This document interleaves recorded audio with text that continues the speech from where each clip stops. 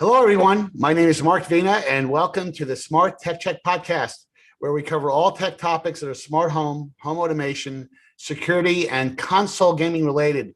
Today is Thursday, March 11th, 2021. I hope everyone is safe and well.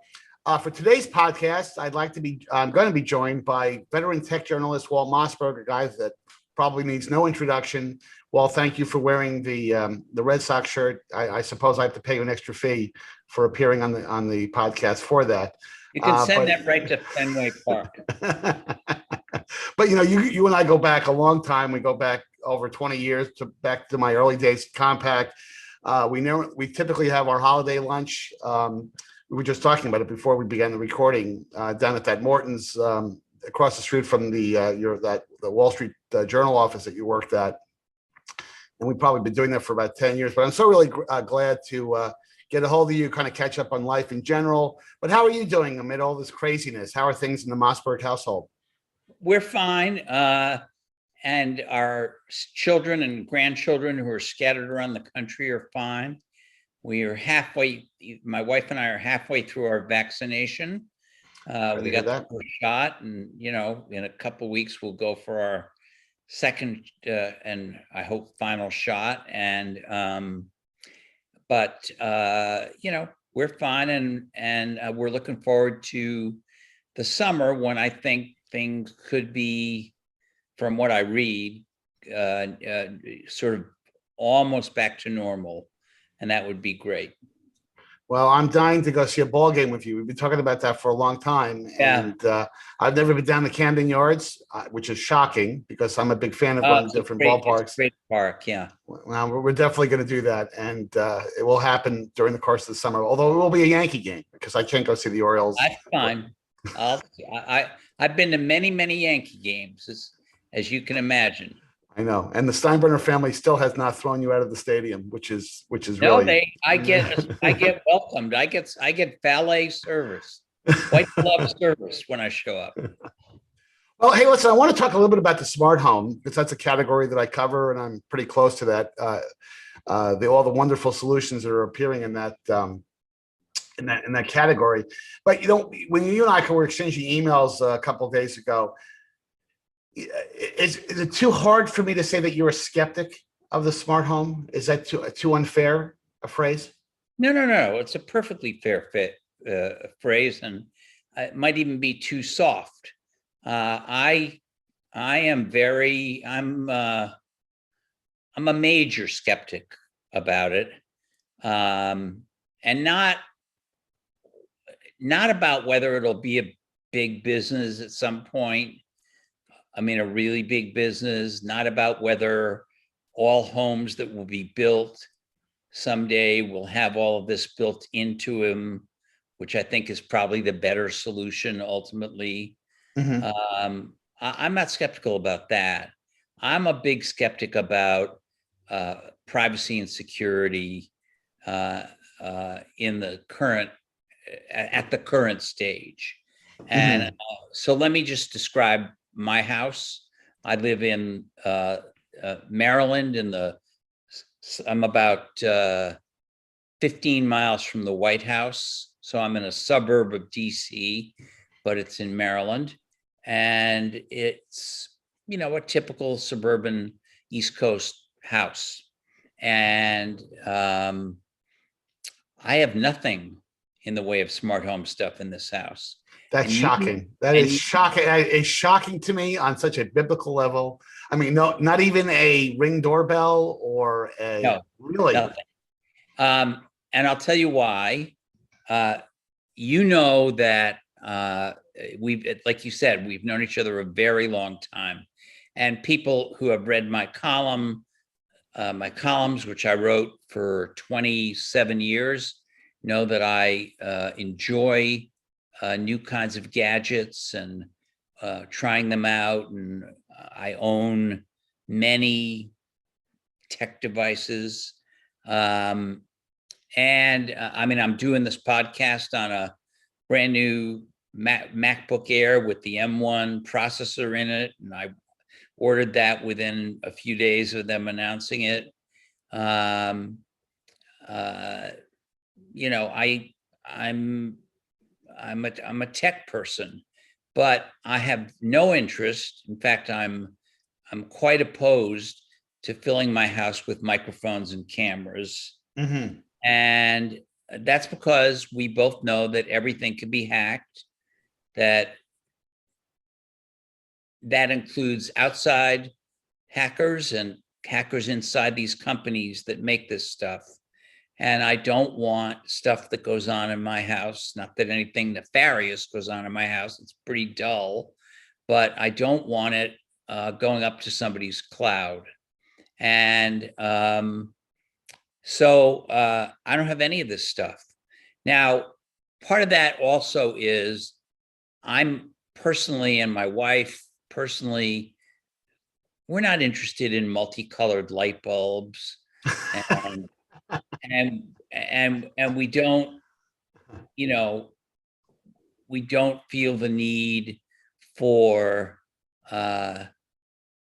starting the coffee maker before we've come down from bed in the morning. I mean, it's just, those are not, I don't want a Wi-Fi connected microwave unless it does something for me that would be really useful. If it, I don't know, automatically heated up the oatmeal in the morning and made dinner, I might do it. We just don't. But you're making two observations now. Well, but I want to kind of bifurcate a couple of things. The privacy thing I want to go into, and we'll talk about that. But if there were not privacy issues, which is a big leap because there are privacy issues, but if that was put aside, you put that aside, are there any usage models that you could say, you know what, it might be nice to have a thermostat? I mean, do you have a Nest thermostat? I mean, I'll be shocked if you tell me you don't even have a Nest, not even a Nest thermostat. No, I don't. So the Mossberg household is completely devoid of any smart home. Who owns Nest? I know who owns Nest. It's a company that begins with G. Google. Yes. Google. And what is Google's main business? Advertising. And what kind of advertising? Advertising that is based on theft of privacy. Mm-hmm. That is what it is. And any Nest device you have, I don't care what they say, if you have a Nest smoke detector, if you have a Nest thermostat, if you have a Nest camera, they are all feeding data to Google. And I'm not interested in doing that. In fact, on my laptop, on my iPad, on my phone, I'm moving away from Google. In the last 2 years, I've moved almost entirely away from Google and found substitutes. And why would I put a Google line of products that has cameras and microphones and transmits any kind of data back to the home base in my house? Why would I do that? But let me turn this around on you, okay? Because that's not, by the way, that's not a new position for Walt Mossberg. You felt like this for quite some time. But 15 years at least. But on the other hand, though, I know you've always been more comfortable where Apple lands. They're not perfect, but you've always been more comfortable with Apple's position in the realm of privacy. If Apple had an Apple branded Nest, an Apple thermostat solution, would you be more comfortable equipping your home with all these gadgets? So the answer to that question is probably, mm-hmm. but I'd still want to wait and see and understand all the details of it before I did it. Now, one of the big differences between Apple and a lot of the other companies is that Apple tries to do everything to do with machine learning and AI on your encrypted, password protected or biometric protected device on your phone, on your, this laptop I'm using today has Touch ID on it. They try to do it all on the local device. They try to send very little, if anything, to the cloud. And so I assume, based on, we're talking about a hypothetical thing, that if Apple decided to do a thermostat, whatever was needed to do that would be done locally. And that doesn't bother me, because it's very hard for someone to hack into something unless they can get at it through the internet. And so the answer to your question is, I would probably consider that. And I'll go further. Our doorbell, our old doorbell that's probably been on this house for 50 years, broke. And we get a lot of delivery because there's a pandemic on.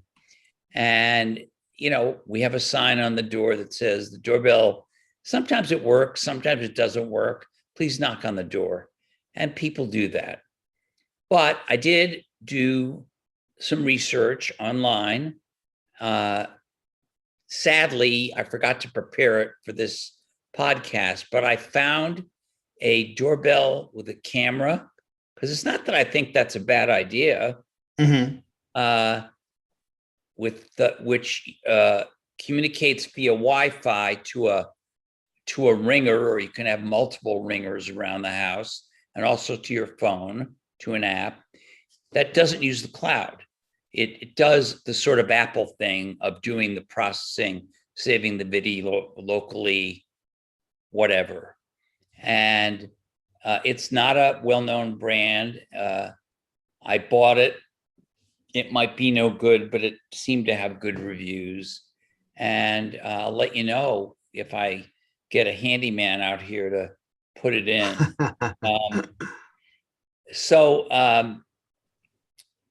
Privacy is the number one reason I don't have Alexa.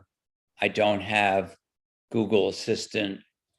I certainly would never buy that Amazon product. I don't know if they've discontinued it. Remember that product they had that you were supposed to put in your bedroom? Yes. Cameras to tell you how you looked, supposedly how you looked. Yes. For the day. I'm just not interested in that. The Facebook portal, I mean, come on. You would buy a thing with a camera on it and a microphone on it from Facebook, of all companies?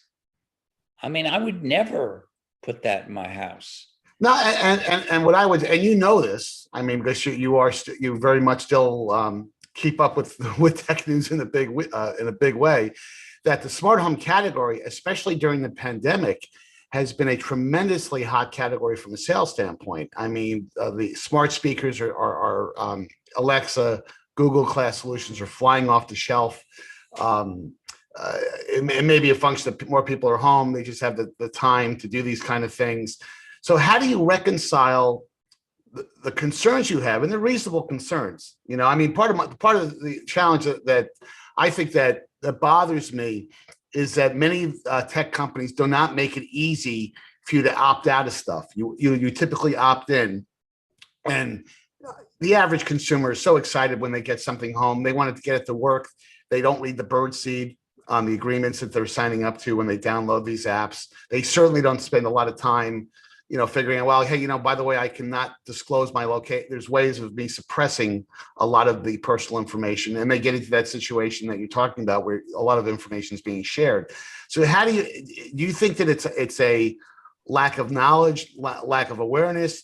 Do you think customers have just said, you know what, that's a function of being in the internet age, that, by the way, these devices are so convenient, they offset the concerns that people have? I think it's overwhelmingly, there's some of the last thing you said, or look, there are people who don't mind sharing anything or everything. God bless them. As long as the company is required to make it crystal clear to them, not in birdseed, but in plain English, in big letters, what's going on, and get their opt-in No more opt out. You have to opt in. You can go back later to our special privacy page. That's the Facebook method, where we have a billion levers that you have to figure out how to push and what they do. And by the way, on Facebook, and I'm not saying this is true on all the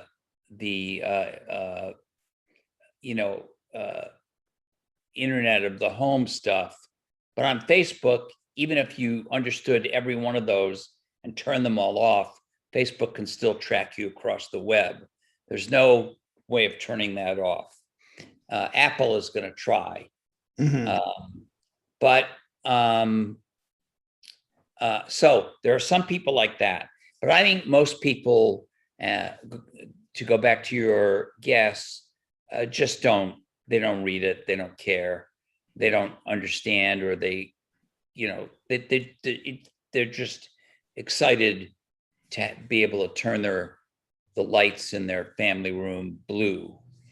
That's exciting to them. They're excited to be able to turn that coffee maker on. They're excited to open the garage door from half a mile before they get home, if they ever get back in their car to go to work again, which I think it will.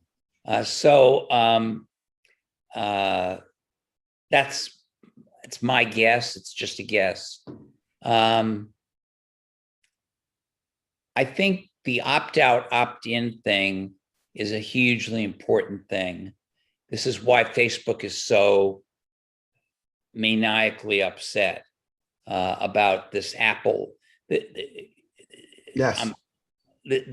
This Apple thing, which a lot of the people here probably know about, is just a little thing that pops up that says, Mark Vina's app, I'm just using you as an example, would like to track you across the internet.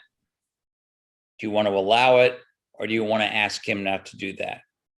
And it's very clever, because asking you not to do it, if you then go and do it, could give you grounds for maybe a lawsuit, could give them grounds for throwing you off the App Store. It's very interesting. Facebook, as you know, has gone just berserk about this. Now, why would they go berserk if tracking me across the web is good for me, is beneficial, is harmless?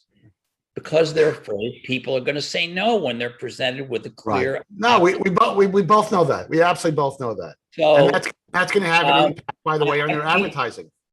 I think that the apps that are the companions to a lot of these internet and the home things, I mean, I'm just guessing. I haven't talked to Apple about internet and the home privacy in detail, or Google about this in terms of Android, but I don't think Android is doing this yet. They might, but Apple is doing it, and soon, I think. I expect that the app portions of that, to the extent there's any tracking, some of them at least, might get that same panel up there. But I don't know. This is just my feeling and my wife's feeling about it. We've discussed it. I mean, it's not like we don't have, we have, like I said, I bought that doorbell because of the way it works. I don't mind having a camera, as long as that camera, the video from that camera, isn't in someone else's hands. You want it local. You want the data local. Yeah. I want it local. And I want to be completely in control of it.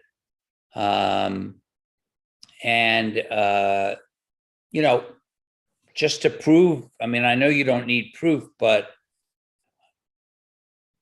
this is an article that came out at 5:53 a.m. this morning today on The Verge.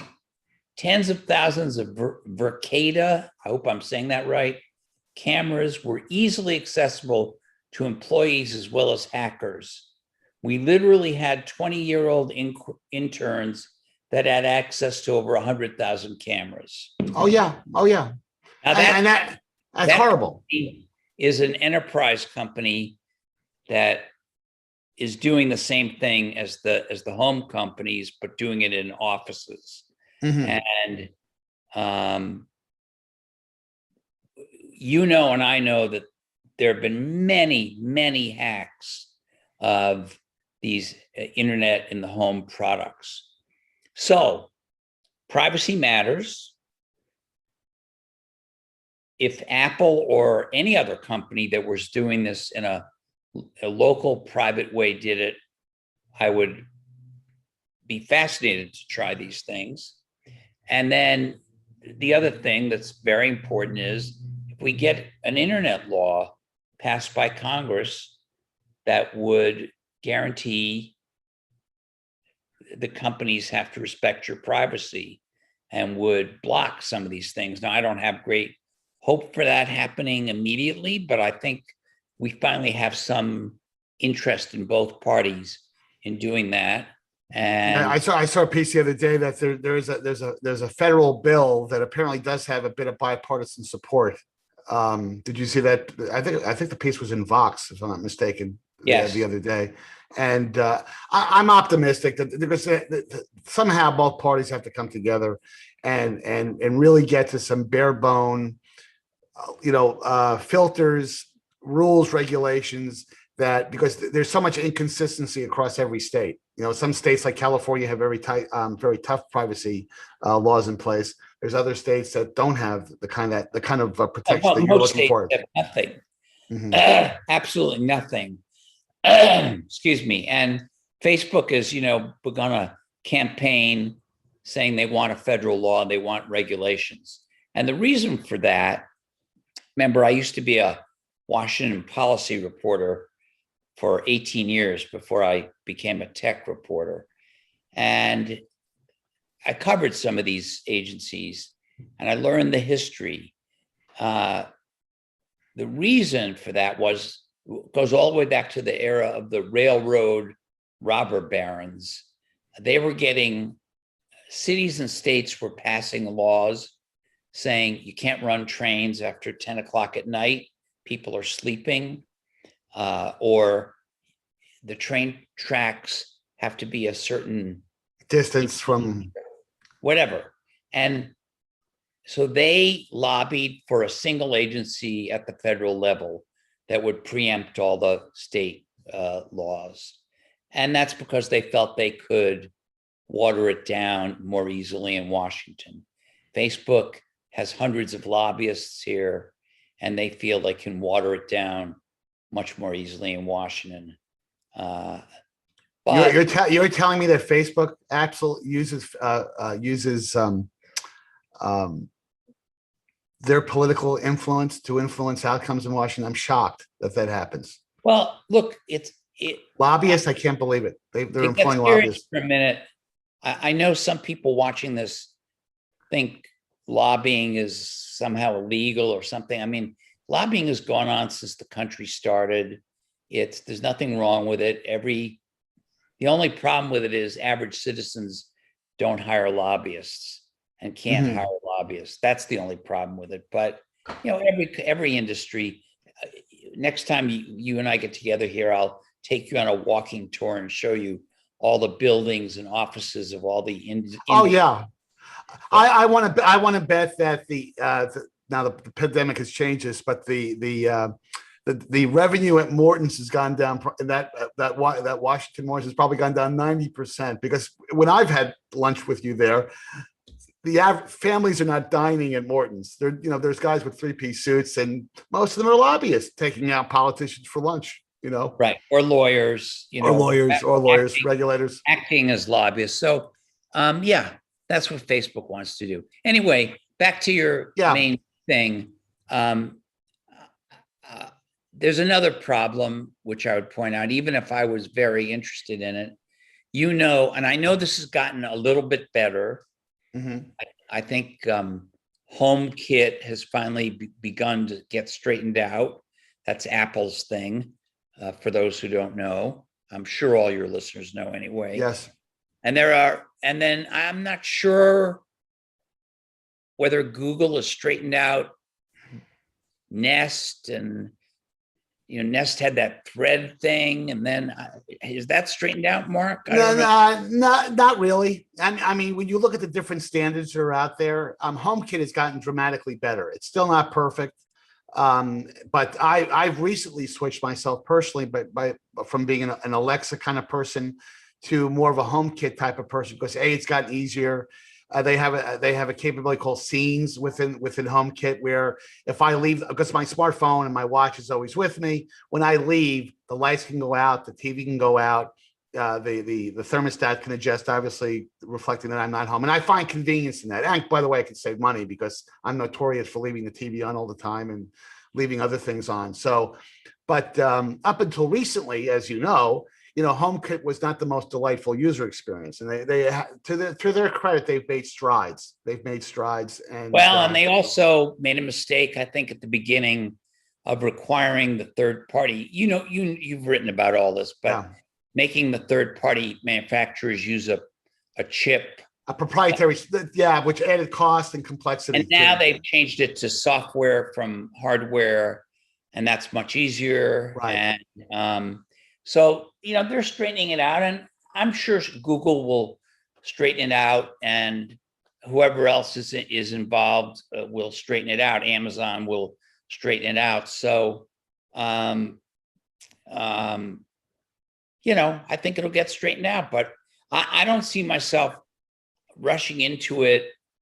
It's kind of messy. And then I have these other problems I mentioned to you.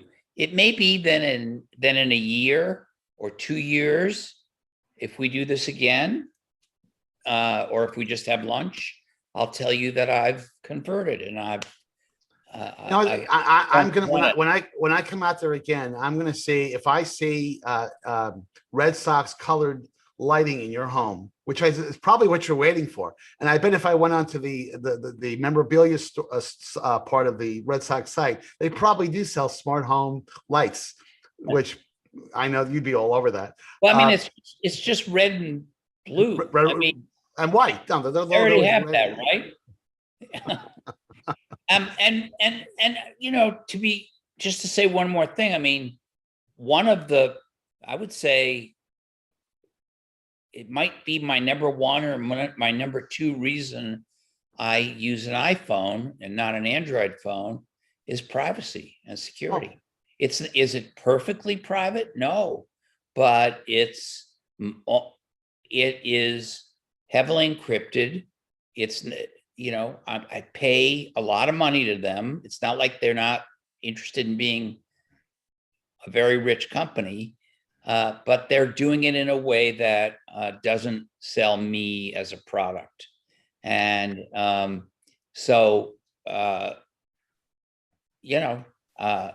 I know Android has taken some steps that way, and but it depends on which Android maker you're talking about. Let's switch gears for a couple of minutes, because you mentioned at the top, you were one of those guys that went out and bought the new MacBook Air with the M1.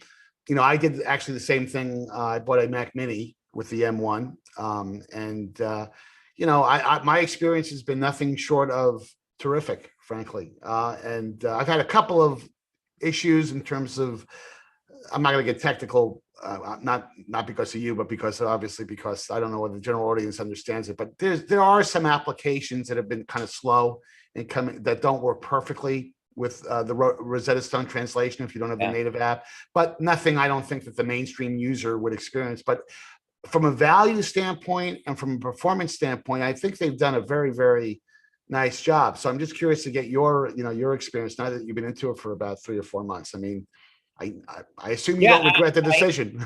I entirely agree with you. The battery life, and I had a relatively, I think we have to say, if you're on a budget, if you've lost your job, if you've lost hours, whatever has happened to you during this pandemic year, as much as we like these products, if you have a computer that works for you, you shouldn't rush out and buy them, whether it's Apple or Right. a new HP computer or a Or Dell, Dell. whatever it is. You know, don't.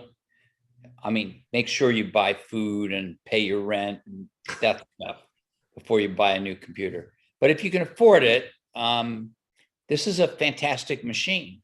It is. I haven't, because I'm retired. I'm not writing my weekly columns anymore. I have not done tests of battery life, but just anecdotally, this thing lasts. If I don't charge it and I'm just using it sort of in a normal way, not an extra heavy way, I can go almost 2 days on this thing. And in terms of speed, it's fantastic. Things just launch instantly. And that includes, by the way, at least in my case, the things that have to run through Rosetta. We should probably explain that Rosetta is a translation software. Not actually an emulation thing. It's a translation layer. Software. So somebody wrote an app for the Intel chip. They haven't rewritten it yet. If they haven't rewritten it yet for the new Apple processors, Rosetta will allow it to run on the Rosetta, on the Mac processor, the new Apple processor. And normally something like that slows things down a lot. It's just not noticeable to Right. me. No. It's No, just I agree. try as hard as I can to see if this thing is coming up slowly. It's not. Right. I mean, No. if I didn't know what this was, I would think, geez, this must be native. So they've done a great job. Now, you and I both know that it just so happens that Apple, as a company, has had to go through a number of transitions of processors. This is their third processor transition, and they've gone through one big operating system transition, and each time they pulled it off ahead of schedule and very well. And we saw their sales in the last quarter, which were quite good. So, I think that it's terrific. And given their philosophy, which is highly vertically integrated, now that they have not just their own silicon on the Mac, and they already had it on their other devices, but superior silicon. I mean, great silicon, which is only going to get better. There's probably going to be an M2. Oh, absolutely. Yeah, this is just the beginning. Oh, absolutely. It's going to keep going. Right. They are pretty much putting themselves in the driver's seat, where they don't. Obviously, they have parts suppliers, and they certainly depend on factories in China to assemble this stuff. I'm not saying they do every single thing themselves, but the major tech components of their devices are under their control. They design them.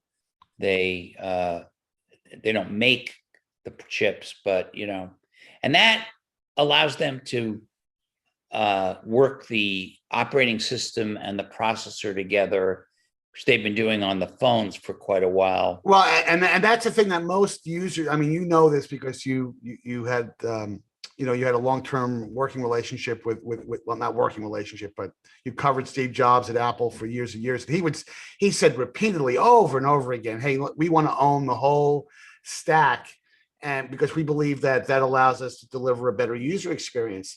And I think if 10 years ago, which is really not that long ago, if someone had said, Apple is going to be using their own processors at some point, to fulfill Jobs' vision of really optimizing the overall experience, I think most people say, "What, are you crazy? Well, why would Apple want to get into that business?" And they have proven, at least with this initial announcement, that there are benefits. I mean, they just didn't do this for cost reasons. Oh, our ability to produce a processor is less expensive than Intel, so we're going to make more money. There's real benefits that come out of using their own silicon, whether it's battery life, which you've talked about, other optimization capabilities that the average person might not know that are going on under the hood. So this has really opened up a brand new world. And I don't think anybody just maybe 5 years ago would have said, hey, something like this could happen. Well, I want to ask you a question. Yeah. That comes right off this.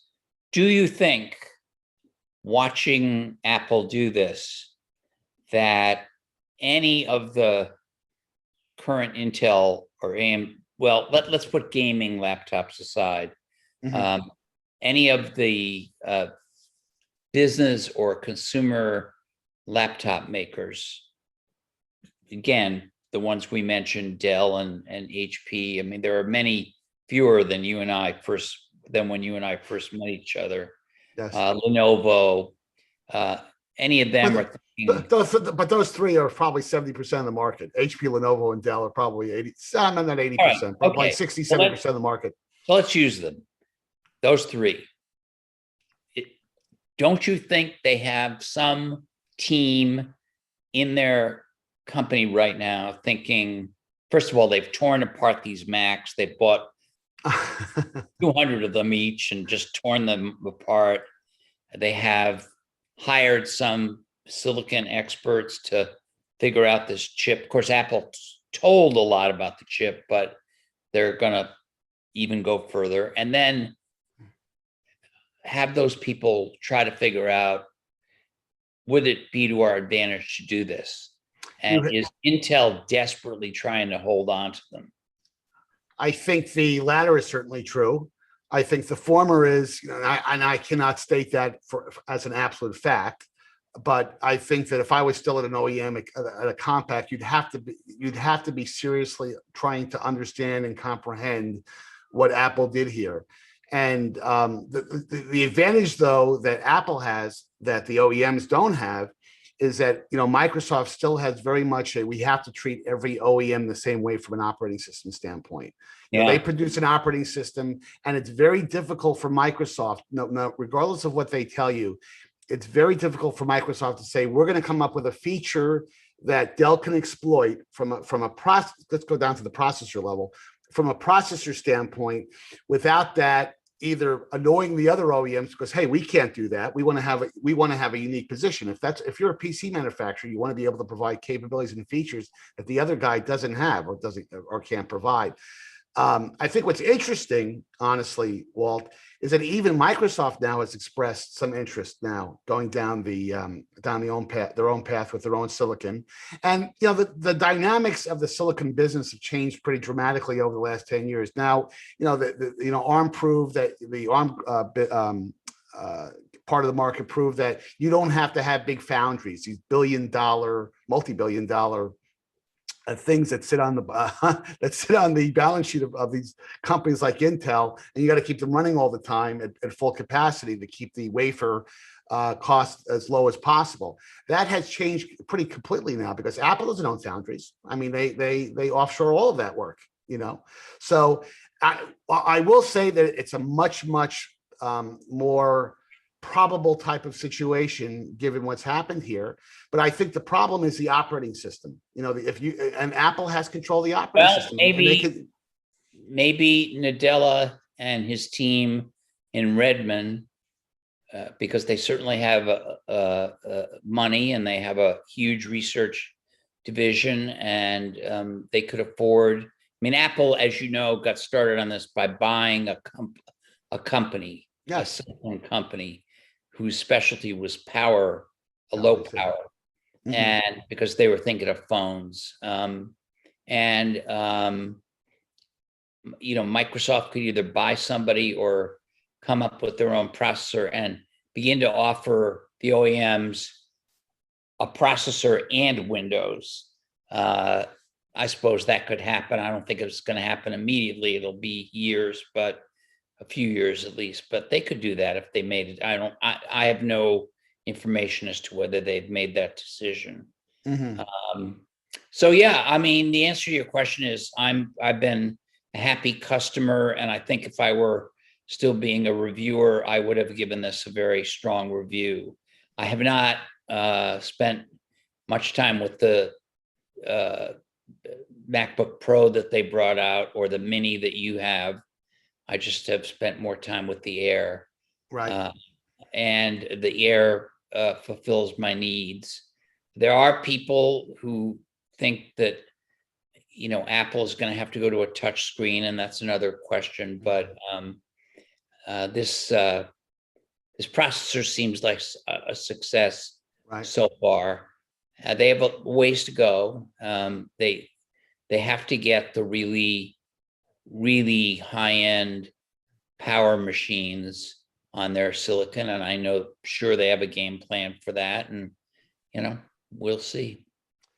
In the few minutes we have left here, I want to talk about your work on the literacy project, because I know that's close to your heart. Certainly an important topic, it's an important area that people should care more about. But let's talk about that and your involvement in it. And what is the literacy project for those people who don't know? So the News Literacy Project is 13 years old, and what it is a strictly nonpartisan and nonprofit organization, which is designed to teach people how to tell fact from fiction. It does not tell people what to believe or how to vote or any of those things. It just teaches you, okay, something is in your feed on Facebook, on Twitter, or you got an email from your pal, and it's really exciting because it reinforces what you believe, or it's, just a sensational kind of thing. And your instinct instantly is to share it. And then it gets shared again, and then it gets shared again, and then it becomes part of the zeitgeist and people believe it, but it's not true. And what we have done for years, particularly since we've had a digital approach in the last, since 2016, is give you the tools and the critical thinking to look at something and pretty quickly say, I'm gonna wait a minute before I share this. I'm gonna see, for instance, does it look fake? How do you know whether it looks fake, this photo? Well, there are tools. I mean, Google has one. It's called the reverse image lookup. Right. You could take the photo, you can run it through it, and in seconds, you could say, no, that is not this politician's rally where he looks or she looks like she's got a million people. It's actually a rally from the UK 4 years ago when, Manchester United won some championship, and this is the crowd. It's nothing to do with what it says it is. Or we did one recently actually defending Ted Cruz because somebody had said, somebody had posted a photo and said, this is a photo of Ted Cruz doing or saying something, and it was either misleading or false. And we, of course, have done this with the right. So we've been doing that in schools with middle schoolers and high schoolers because it's easier to change the mind or to teach critical thinking to somebody in the 10th grade than it is to teach it to somebody who's 50 years old. But now we've made a decision in the last few months. I say I'm on the board of this, and I'm on what's called the executive committee, which is the leadership. We've made a decision that it's too important to just restrict it to schools. So we're making a big effort in the general public. And we have a podcast, we have a weekly newsletter, email newsletter, where we actually show you the biggest lies and misinformation of the previous week and why, and explain what's false about it. And so that's what it is. And I think it's actually crucial to saving our democracy. I can't agree with you more. I can't agree with you more. I mean, it's to me shocking. You and I were talking about this before. It's shocking to me how many people that, in your, whether it's your family, whether it's just friends that you've known for 20 or 30 years, and you believe they're reasonable people and they believe things at face value, because for whatever reason, they see something on the internet and automatically that's true, and I understand that smartphones have created this kind of this attention deficit disorder challenge that we have, that people just have taken critical thinking and thrown it out the window, frankly. But that work is important because a tremendous amount of misinformation is sent around on both sides, by the way. It's not one side or the other. It's on both sides. Well, we don't really care where it comes from. Mm-hmm. And we're being our in-school part, which is our traditional part. We've only recently begun to go out into the general public, but our in-school part is used in all 50 states. It's used in 100 foreign countries. We're still pretty small. We have about 30 people, and but we've tripled our number of employees in the last couple of years, and more than doubled our budget, almost tripled that. And we're growing very fast, and we're being used in the three biggest school systems in the country, but we're also being used, an individual teacher in the middle of Wyoming, if he or she wants to incorporate our curriculum, which is all digital, onto the Chromebooks or whatever they're using, the iPads, whatever they're using in the classroom, can do this. Parents who are doing homeschooling can use it with their kids, and it can be part of the English curriculum, part of the social studies curriculum. There's a lot of flexibility. We also teach the First Amendment, everything that's in the First Amendment. You'd be amazed at how many American adults don't know the 5 things that are in the First Amendment and what they mean. And we're teaching journalism. What I mean by that is we're teaching people who may never be journalists or care about being journalists what a journalist actually does if they're a good journalist. So there's exercises where you have to pretend you're a reporter. We create a scenario. We don't use we don't use Biden. We didn't use Trump when he was president. We just make up a scenario. It's usually a local story, and you have to interview the witnesses to the tanker crash on the highway or whatever it was, and figure out, well, what is this green chemical coming out of the truck, and is it dangerous to the community? And they realize it's not so easy, and they realize that how to judge things. They also have to be an editor, and they have to decide what to put on their website. Is it more important for their community to know that there's a genocide going on in Myanmar, or is it more important for their community to know that the schools are reopening in person on such and such a date? Well, it's important for both, but what do you do? Right. That's what we're doing. Well, that's such great work, and I think the world is a better place because you're doing that work, not because you're a Red Sox fan. I'll put that aside. I understand. I very well understand that. Well, listen, thank you for your time. We really appreciate you spending your time. It was a great podcast. We covered a wide variety of topics. To the Moor Insights and Strategy audience, please follow us on our social media partner list. That's Facebook, LinkedIn, and Twitter. And thank you, Walt, for all your time. We really appreciate that. And until next time, have a great week.